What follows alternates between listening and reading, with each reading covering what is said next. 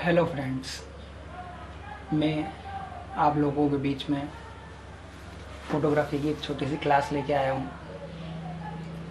कैमरे से video record होगा और उसका ऑडियो जो है मैं अपने मोबाइल में रिकॉर्ड करूँगा ताकि आपको स्पष्ट सुनाए।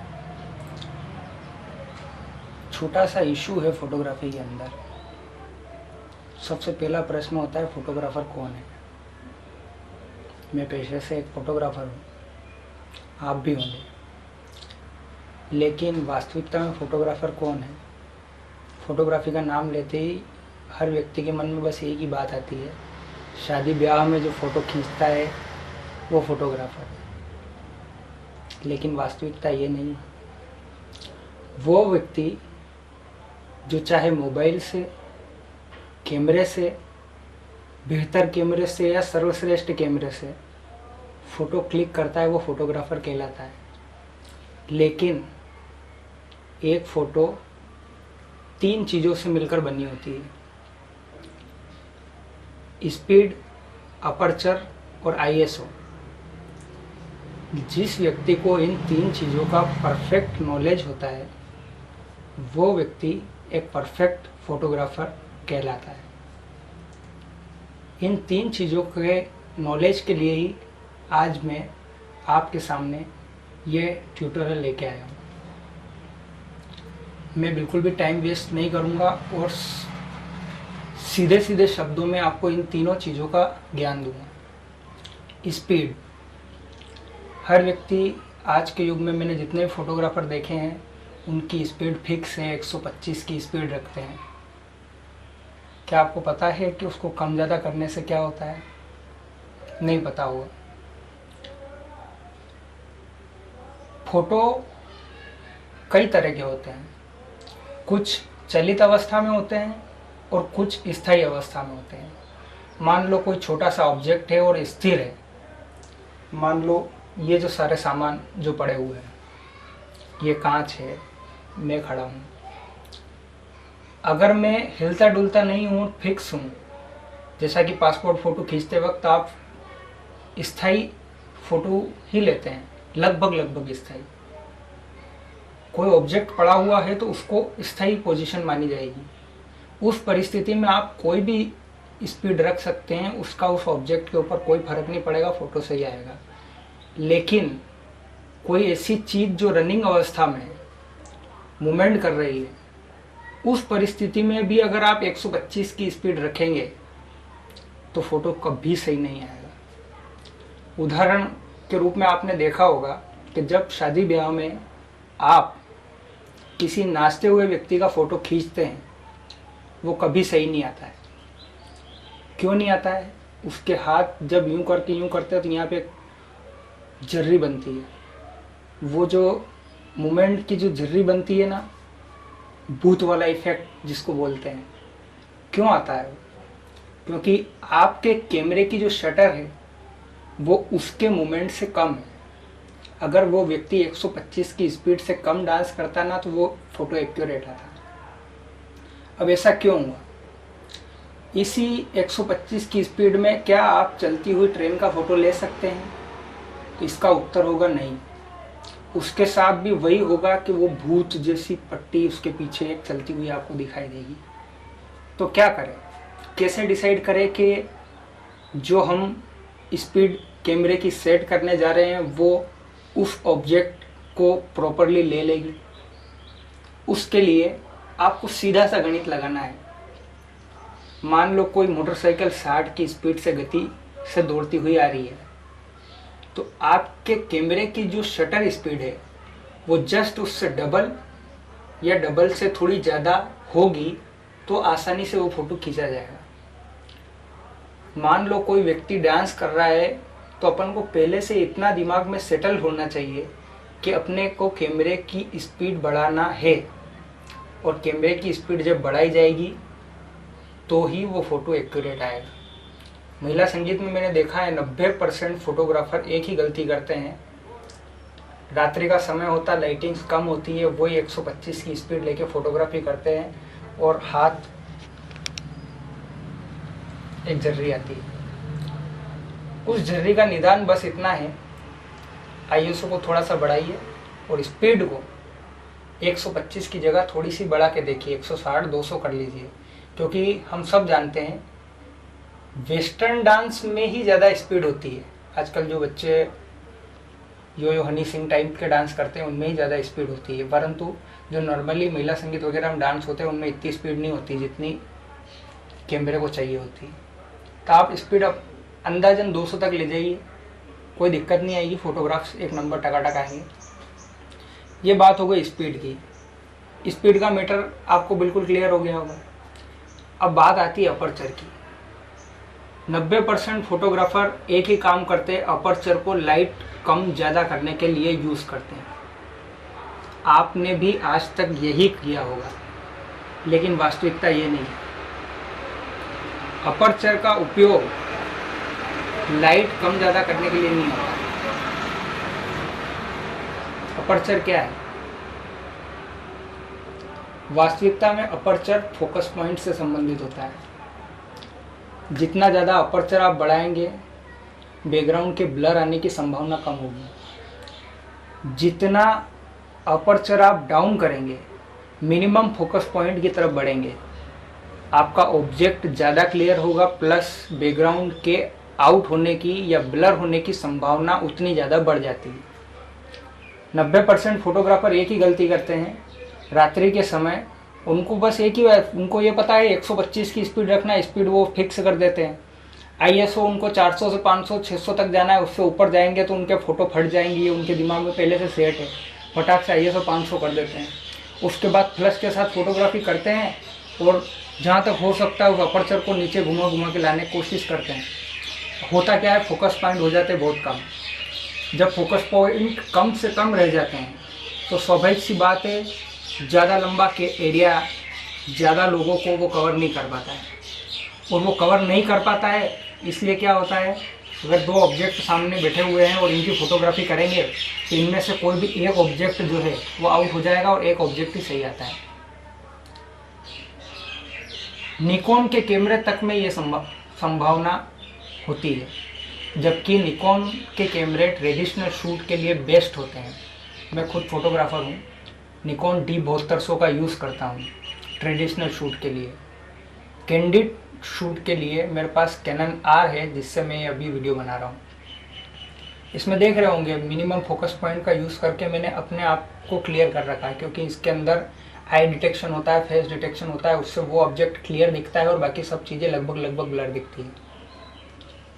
लेकिन अपर्चर का उपयोग आप जिस तरीके से कर रहे हैं उस तरीके से नहीं करना है। कई बंधुओं को मैंने देखा है जब वो स्टेज की फोटोग्राफी करते हैं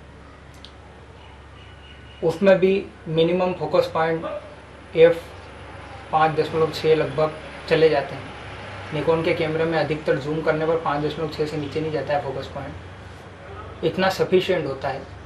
लेकिन फिर भी इस अपर्चर पे आप फोटोग्राफी करते हैं और ऑब्जेक्ट आगे पीछे होते हैं तो ब्लर होते हैं। स्टेज में कभी कभी लोग हल्का सा गोला बना के, राउंड बना के खड़े हो जाते हैं और हम फोटोग्राफ जब लेते हैं तो होता क्या है, जो आगे वाले पर्सन जो खड़े होते हैं उन पे फोकस बन जाता है और जो मुख्य दूल्हा दुल्हन और उसके पास जो खड़े लोग रहते हैं वो हल्के हल्के से आउट हो जाते हैं, ब्लर हो जाते हैं। इस समस्या से बचने के लिए हमेशा जितना ज़्यादा हो सके उस अपर्चर को बढ़ा कर रखें। अपर्चर के बारे में आपकी वैल्यू दिमाग में क्लियर हो गई होगी कि अपर्चर वास्तविकता में क्या है। पर एक नई पिक्चर पैदा होती है इससे, क्योंकि अगर आप अपर्चर बढ़ा के रखेंगे तो आपको ISO से खेलना आना चाहिए। तो तीसरा पॉइंट जो है ISO का, ये बहुत महत्वपूर्ण पॉइंट है। ISO का कोई उपयोग नहीं है, सिर्फ और सिर्फ ये लाइट बढ़ाने के काम आता है, न कि आपका अपर्चर लाइट बढ़ाने का काम आता है। ISO का मुख्य उपयोग सिर्फ और सिर्फ लाइट की डेंसिटी को बढ़ाने के काम आता है। मैं निकॉन 7200 में भी कभी कभी 1000 के ISO पे फ़ोटो खींचता हूँ। कितने? 1000 के ISO में। उसके बाद भी वो फ़ोटो एक्यूरेट होते हैं। कैसे होते हैं? जब ISO बढ़ा दिया जाता है ना, लाइट भरपूर हो जाती है, शटर स्पीड को आप रात्रि का समय रहता है, ज़्यादा से ज़्यादा लाइटिंग के उपयोग हमको रात्रि के समय में ही पड़ती है। मान लो कोई महिला संगीत का ही प्रोग्राम चल रहा है, लोग भरपूर नाच रहे हैं, उसमें आप क्या करेंगे, ISO को 1000 तक खींच के ले जाइए, स्पीड को लगभग 200 तक खींच के ले जाइए। उसके बाद जो बचा हुआ अपर्चर है उसको अपने हिसाब से सेट करके काम कीजिए। अपर्चर प्रायोरिटी का एक फंक्शन भी होता है आपके कैमरे में, उसका उपयोग आप लोगों ने आज तक किया नहीं होगा, मैं भी नहीं करता हूँ, ज़्यादातर ये मैन्युअली शूट करने में विश्वास रखता हूँ, लेकिन वो अपर्चर प्रायोरिटी बहुत ज़्यादा बेस्ट होती है नए फोटोग्राफर्स के लिए। स्पीड, अपर्चर, ISO, इन तीनों का जो व्यक्ति मैनेजमेंट सीख जाता है वो व्यक्ति एक अच्छा फोटोग्राफर बन जाता है। अपने कैमरे से कभी स्पीड को फिक्स रख के, कभी अपर्चर को फिक्स रख के फोटोग्राफ्स लेकर देखें, आपको पता चलेगा बहुत विभिन्न टाइप के फोटोग्राफ्स निकल के आते हैं।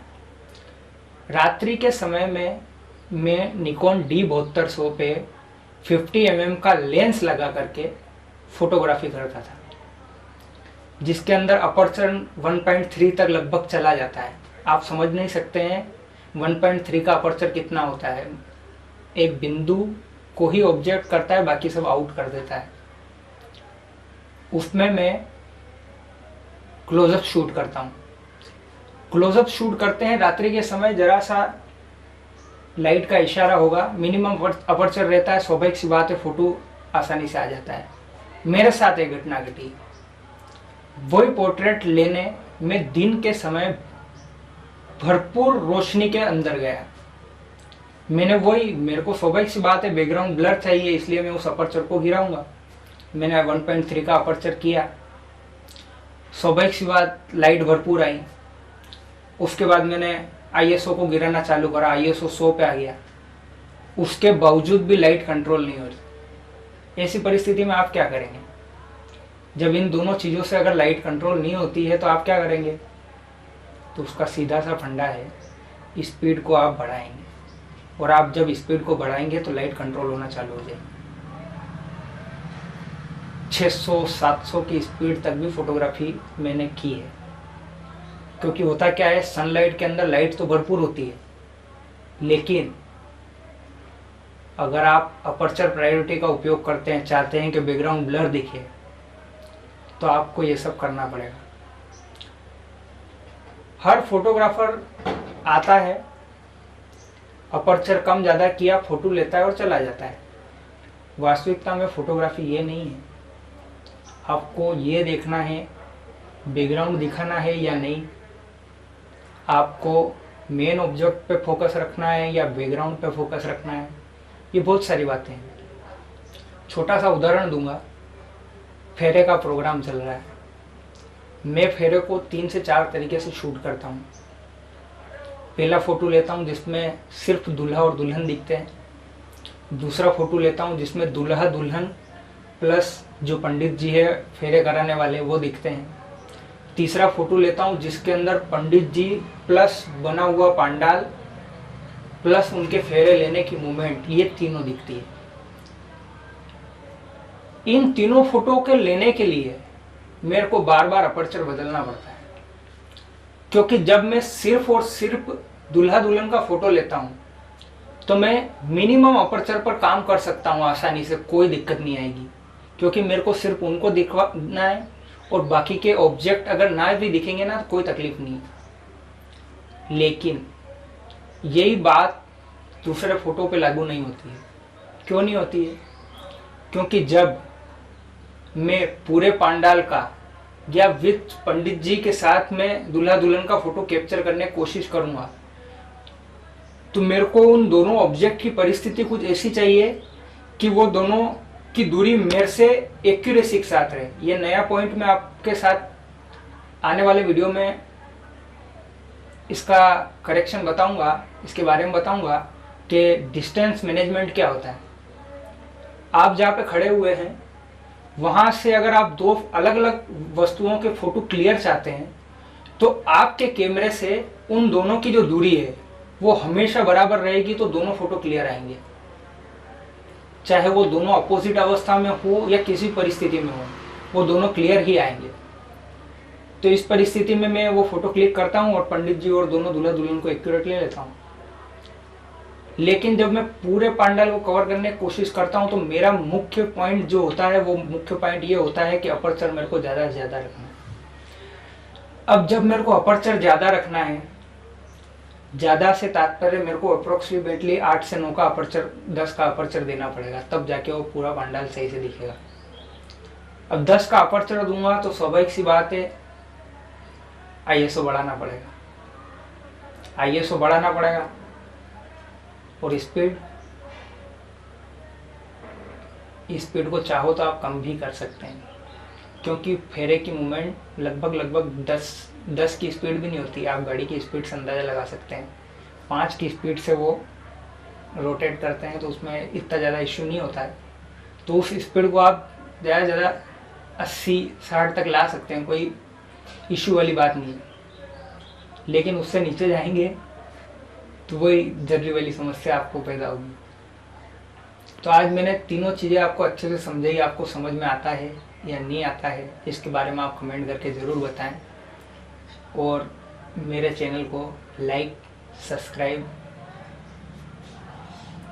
घंटी भी ज़रूर बजाएं। जय श्री राम।